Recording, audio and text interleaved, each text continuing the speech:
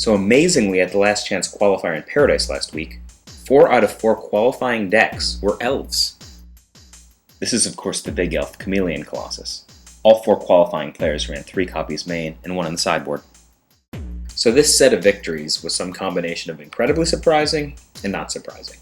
I mean, Elves is not one of the sexy Spectral Procession decks, has literally no Cascade spells, and the only fairy is Chameleon Colossus. But then again, not that surprising.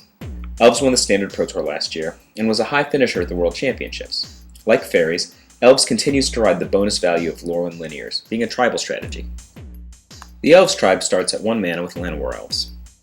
The deck has always been one of the stronger aggressive strategies, riding double awesome 2-drops. Rensrun Vanquisher is the local linear beater, and Tarmogoyf has been recently replaced by Putrid Leech. Not an elf, but offensively kind of a cross between a Wild Mongrel and Flesh Reaper. Elf starts off small, but is good at getting big. Lots of the decks you will see have gone with Wiltleaf Lieges as a kind of Kithkin crossover. Wiltleaf Liege is outstanding against cards like Blightning and Cruel Ultimatum. But the version we're going to look at in this video was played by our friend Gabe Carleton-Barnes. Gabe ran Imperious Perfect as the Crusade with legs of choice. Imperious Perfect has a really powerful special ability. It's a mana cheaper. Like basically every viable deck, Elves has to top up on something. It doesn't have Cruel Ultimatum, and I found that it doesn't like a Broodmate Dragon on the other side. But what Elves does have is Profane Command. This card is half Fireball and all card advantage. Look for it to do lots of cool different things, game to game. Let's get to some of those games. Our first play is a Thoughtseize. Obviously we're going to take Chameleon Colossus here. It's one of the hardest cards for us to deal with.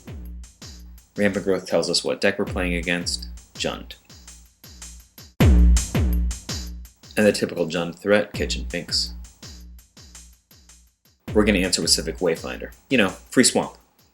If you're puzzled by this block, know that his Kitchen Finks is imperative to block our Chameleon Colossus. I'm just going to get rid of it, planning for the future. He's got a Wayfinder, and then we've got a Wayfinder. Gabe correctly played 4 copies of Civic Wayfinder. And then we finish our turn with the turn 4 Llanowar Elves. I'm super willing to let everyone die here in this attack, thanks to our Wayfinders we're a little bit ahead and we've got 2 removal cards. We top deck a Perfect, which is, perfect. And he obviously had a Cloud Thresher. I mean, why else would he pass with that much mana? He's in for like 10 or 12. We have the singleton Nameless Inversion to keep his Treetop Village off the board, and then drop to 9. We've got the Maelstrom Pulse to follow up, and now we're going to switch into a Man Lands and Imperious Perfect creature production mode. In with the Mutavault and the first of many elf tokens. Thoughtseize reveals he's got nothing, which is tons of security for us. And that's a scoop. Game 2, everybody's lands come into play tapped. I've actually noticed that about this archetype. I keep playing my Llanowar Elves not on turn 1. I like this hand because I sided in the Warhammers for Game 2. They make every creature something that Jund has to pay attention to. He's going to play the Kitchen Finks, and we're going to match it with Chameleon Colossus. Okay, this turn I'm tapping all my mana to play a Putrid Leech and Maelstrom Pulse. The Pulse gets the rare Dream and takes out 2 Finks.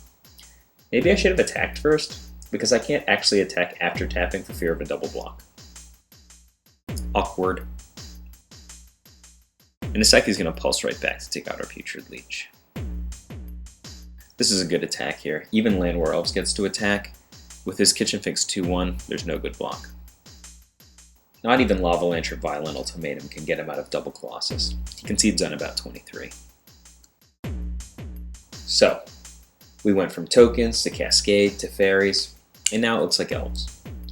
Just something to think about. For Elves, Jund, even some versions of Reflecting Pool control, Chameleon Colossus seems like the threat right now. You saw how in Game 1 I played to maximize the potential of a Colossus I hadn't even drawn yet, and how in Game 2 his Jund folded immediately to my Colossus. If you're planning to play green this week, you might want to consider playing more than 3 copies. The Shapeshifter really is the best elf.